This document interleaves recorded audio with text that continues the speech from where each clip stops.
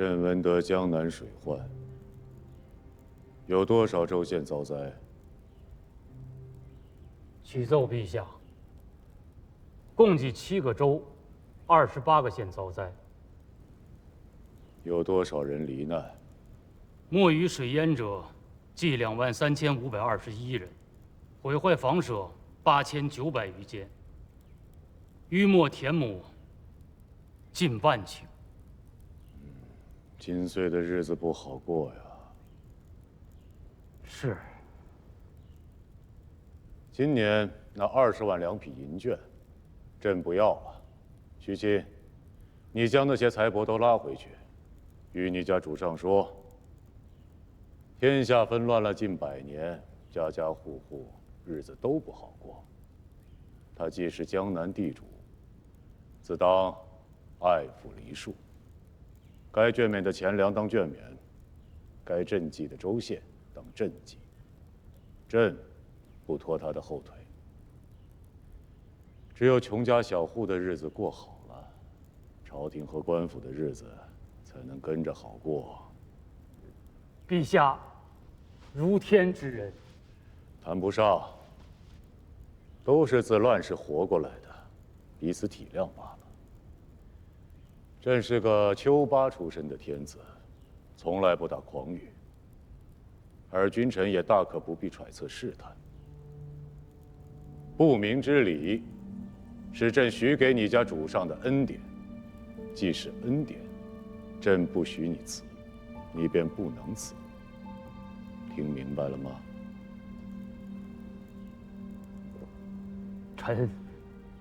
臣明白。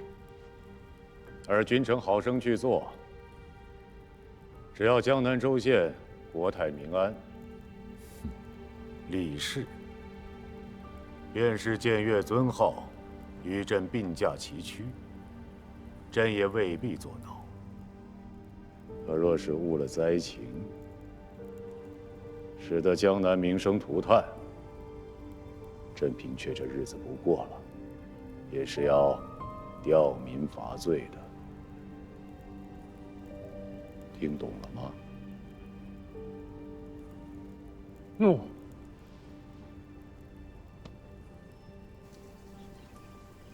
天子大气魄，这是将南唐一国视为囊中之物了。这是敲打，更是警示，是告诉南唐君臣，不要以为宋军在蜀中泥足深陷，无力南征。赵官家是天下的官家，而这天下不只有中原吴越，也有他南唐李家在内。朱清想多了，如今的大宋天子也好，汴京的赵官家也罢，和当年少年义气、纵横汴梁的赵大郎，应当还是同一人吧？请大王明示。孤认识的那个赵大郎，不会绕着弯子说话，亦不会拿着言语故弄玄虚。他是如何说的，便是如何想的，也会如何去做。国中亦遭水患，亦有庶民流离失所，赈济也好，捐免也罢，这难道不是应该做的事吗？若是不做，或做得不好，百姓活不下去了，那便是天子不问，朝廷不问，难道国中不要其反吗？知州也好，县令也罢，若做事治下子民，积馁涂炭而不顾，难道不应拿来问罪吗？如此浅显明白的道理，放在国中政事上，朱清都明明白白的，怎么如今从天子口中说出来，朱清反倒是不明白了呢？朱清啊，须记着，这天下既有百姓，赵、钱、李、刘，不过其中4姓而已。朕想了许久，今岁的钱粮还是不能尽数捐免。那陛下何意啊？如今宋廷亡我之心不死，天下如此，还远未到严甲休兵之时。长江纵为天堑，却没有一支强兵往来巡守，也保不得一世平安啊！陛下之忧，诚为可虑。只是今岁要练水军，水军，北人善马，南人善舟，陆地争衡，我国中军马恐难与北方锐士相抗。只有水军，才能使长江变为天堑；只有水军，才能保得大唐一世平安。陛下，水军之意呢，诚为国之良谋，但是赈济灾患、休养民力，却是当下之急务。陛下，不妨明岁。朕意已决，至水军都指挥使，虽于洪州，以鄱阳湖为水寨，修造战船，征募水兵，赐军号曰龙翔，以朱令筠为都指挥使，以李元清为副都指挥使，以王辉为兵马都虞候，以孙震为兵马都监，换甲执兵，以拒宋国。陛下，这是何意？宋主咄咄逼人，怨不得陛下杯弓蛇影，吓着了。我问的是，水军的事，与我何干？水军不同于陆师，只要有粮，数几面到齐，3-5万个兵，仓促间可得。可水军不行，没有堪用的战船，就没有什么水军呐。能用作龙骨的木料，应该便需要2至3年的时间。打造成战船，水兵操练的明白，便是粗粗算去，也需要5、6年的光景。5、6年，为何要这么久？这已经是快的了。王浚伐吴，自太史8年在益州造船，直至太康元年正月才得以出兵，里外里花了8年的光景。中原没有战船，吴越有。吴越的战船要想运抵江里，需自海口溯长江一路逆流而上。南唐的君臣岂能坐视？向吴越买船，急切间的权宜之计罢了。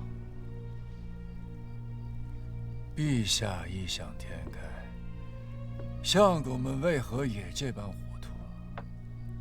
大唐与吴越乃是100年世仇，不要说他钱家有没有多余的战船，便是有，又如何肯卖与咱们？今时不同往日，宋国势大，威盖天下，惶恐的不止陛下和朝廷。唇亡齿寒的道理，前王应该懂得的。所以，陛下以我这个老匹夫为水军副帅，是想让我向那位小九郎去买船啊？当年何意，是你与当今前王一力促成，也算是有些香火情。由你去说，比旁人妥当些。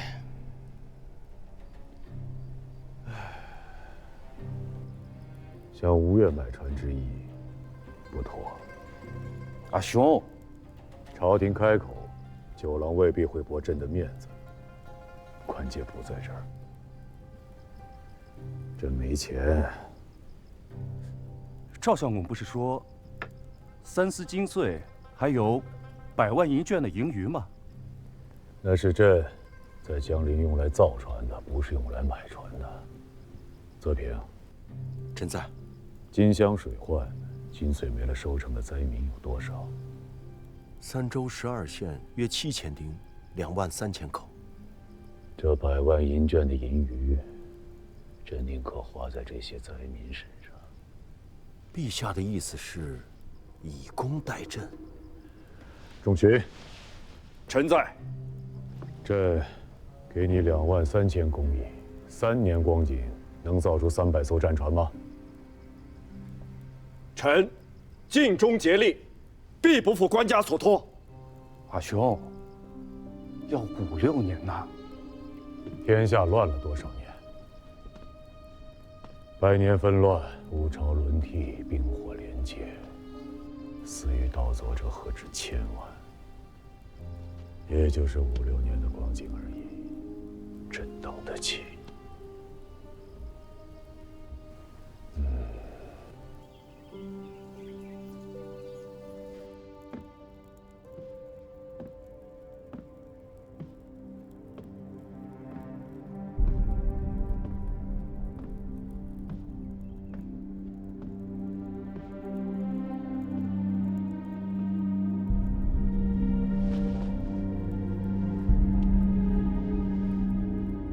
大唐永兴军制置使外臣李元清参见大王。使君来此，是为了国家，还是为了生意？为国家，亦为生意。大王不能卖。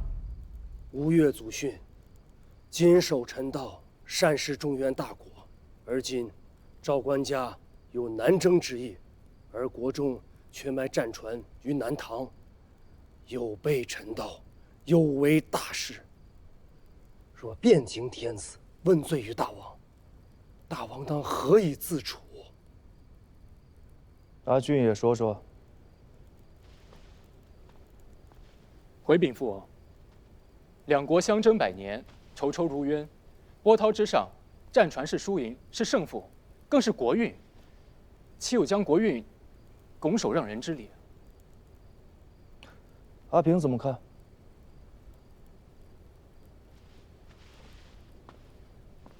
回禀父王，儿臣不知。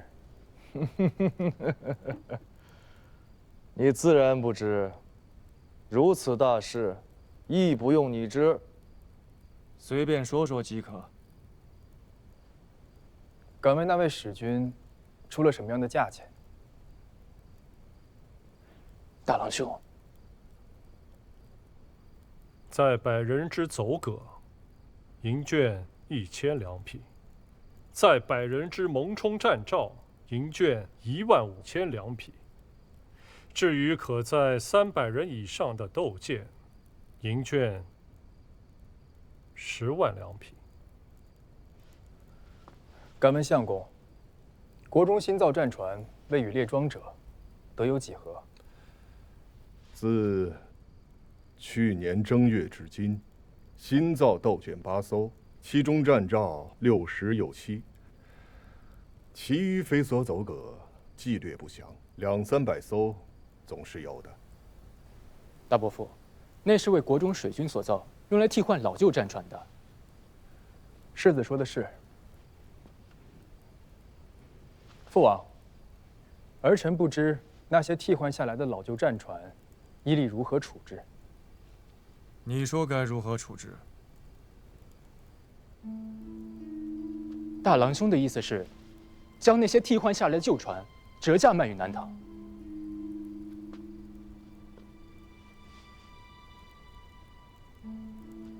儿臣认为，可以不折价。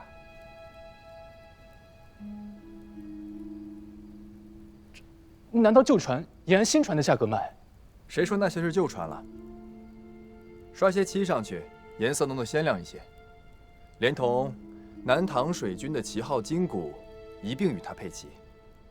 一艘花团锦簇的蒙冲战诏，让他拿3万两匹银绢来换；另一艘崭新的飞梭走戈，值上个3000两匹，也不为过。至于巨舟斗舰，更是有价无市，天底下没处买去。30万两银绢的价格，是断不容他商量的。父王，我儿会当家。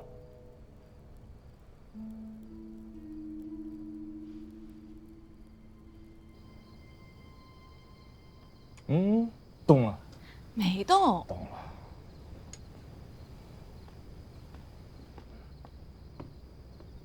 哎，父王，母妃。来，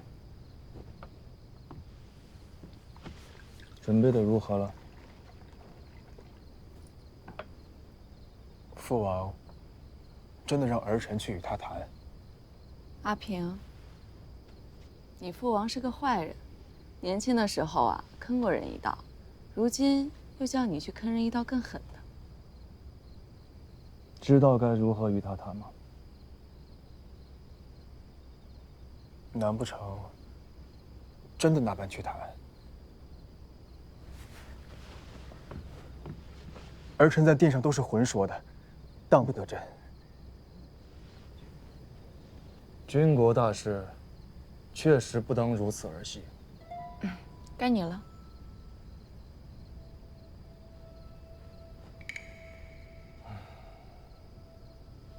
价钱便按照你说的定吧。不过，姑不要银绢，让李家拿粮食来换。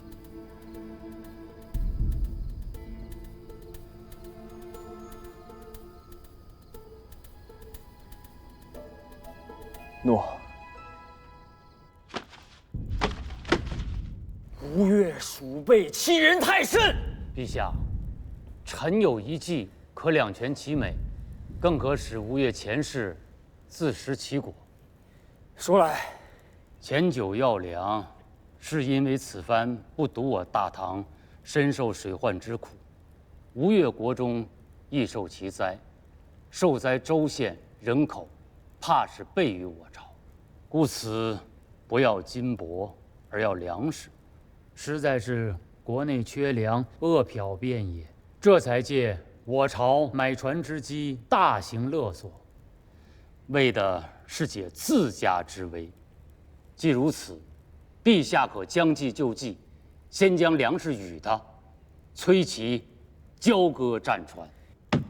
7个州，20几个县，10几万的灾民等着赈济，府库中的存粮都拿来换了战船，朝廷难道要看着灾民活生生的饿死吗？陛下，可敕令与吴越援边州县打开关卡，放灾民南下救时。陛下不可。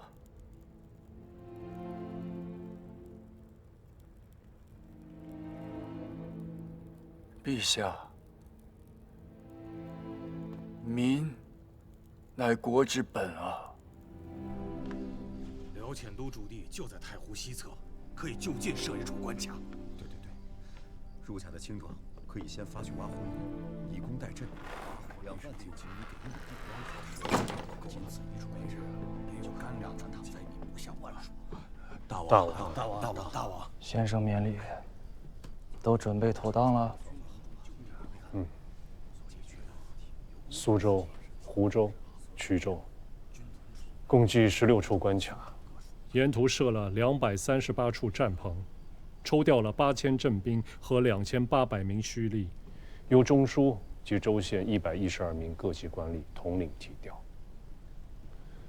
自浙西营田司调拨了15万斛粮米，每处战棚都设有10余处周灶，并备有衣饰和各色药材。多糜费些粮米，亦不打紧，务求有序啊。相府也发下了札子，将这桩差事纳入精粹考绩，各官所辖若能不死一人，即为上重。上上。大王，朝廷故事，凡所考绩上上者，力不受人。上中已是极美。我知道。若能不死一人，相府录考绩为上上。后缺者，就地补官；时任者，则进品质一级。可，咱们缺人口啊，沈兄。臣明白。说起来，算是一军13州86县，可论及丁口数，却连中原的3、5个大郡都不足啊。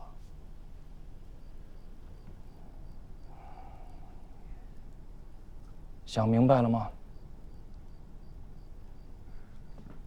父王这笔生意，不只要南唐的粮。你记住了，民为国之根本。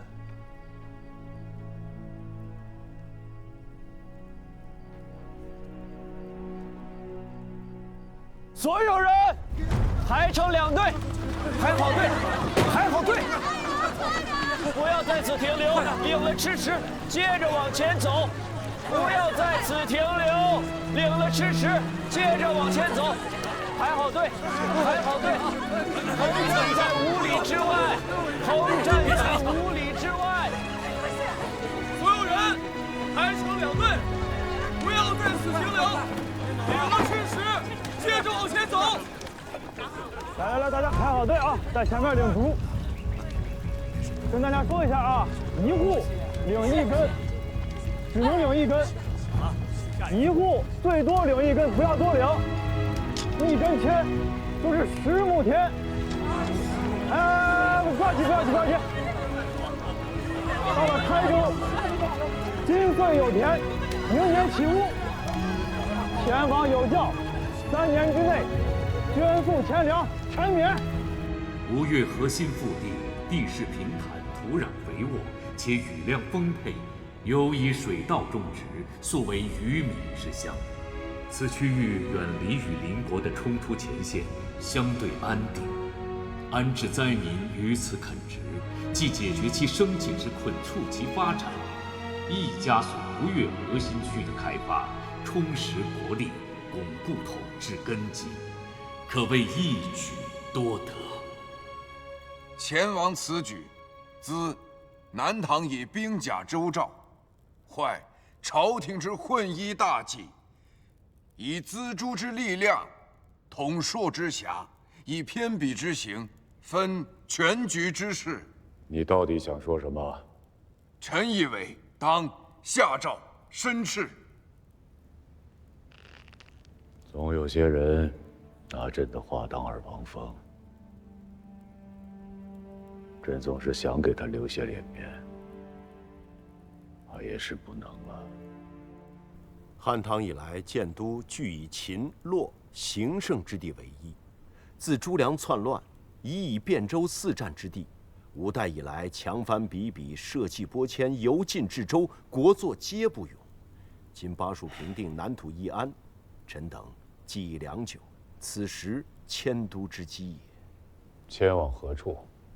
关中凋零，王气已消。洛阳东距虎牢，西抵潼关，北依洛水，更有邙山之胜，宜为万世之基。需得花费多少钱银？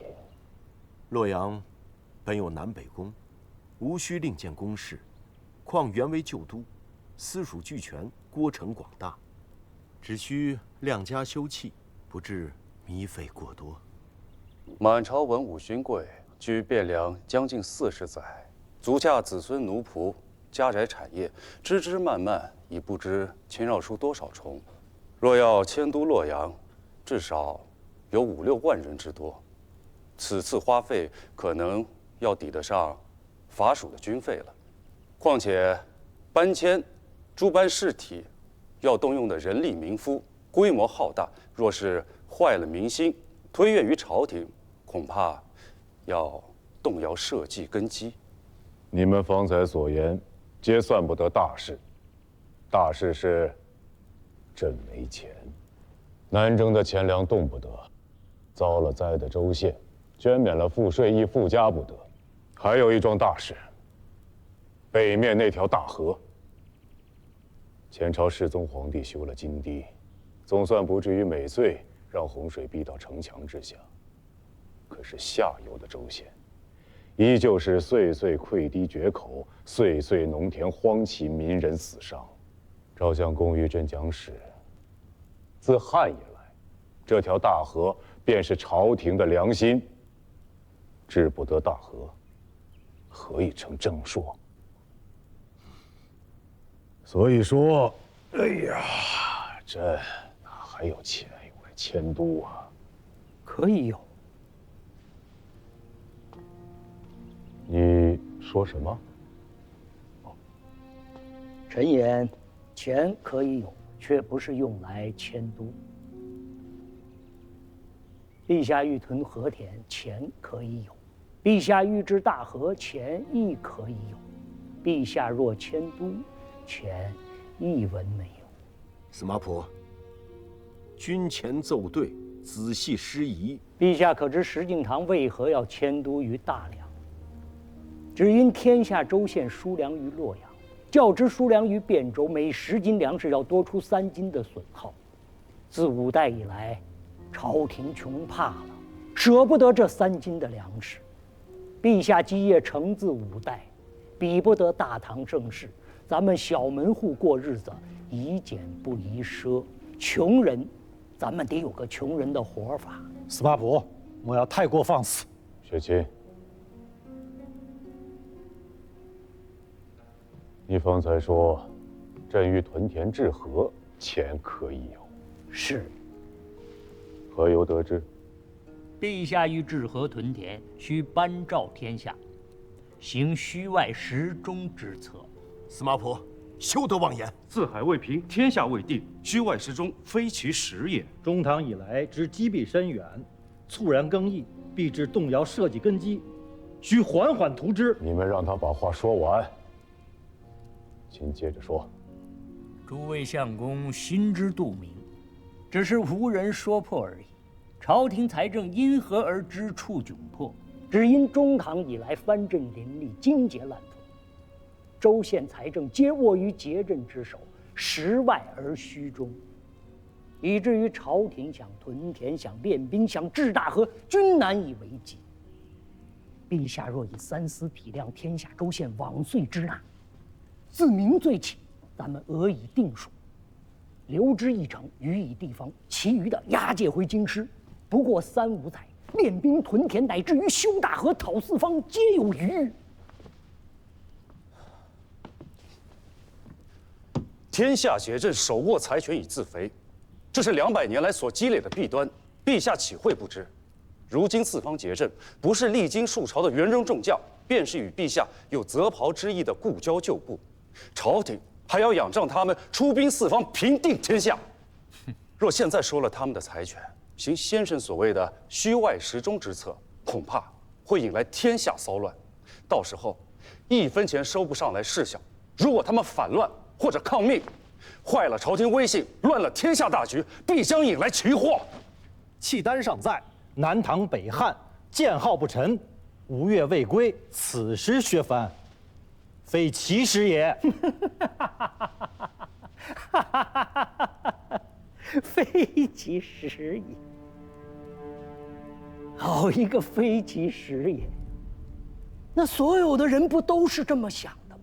自中唐以来，历代的君王，朱全忠、李天下、石敬瑭、刘知远，还有前朝的太祖、世宗皇帝，他们不都是这么想的吗？以藩镇治藩镇，以节度讨节度，以天下之贼平天下之贼。故而一代一代，皆是君为贼所逆，贼附而为君，世道轮回，往复无期。陛下口中说着欲效唐太宗，却以诛贼为故事，因循行之，还敢奢言以知太平？可笑啊！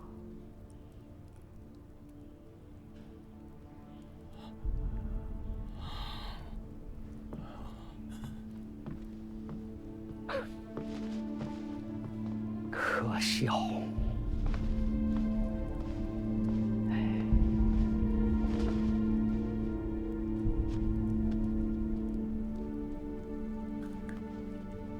可笑！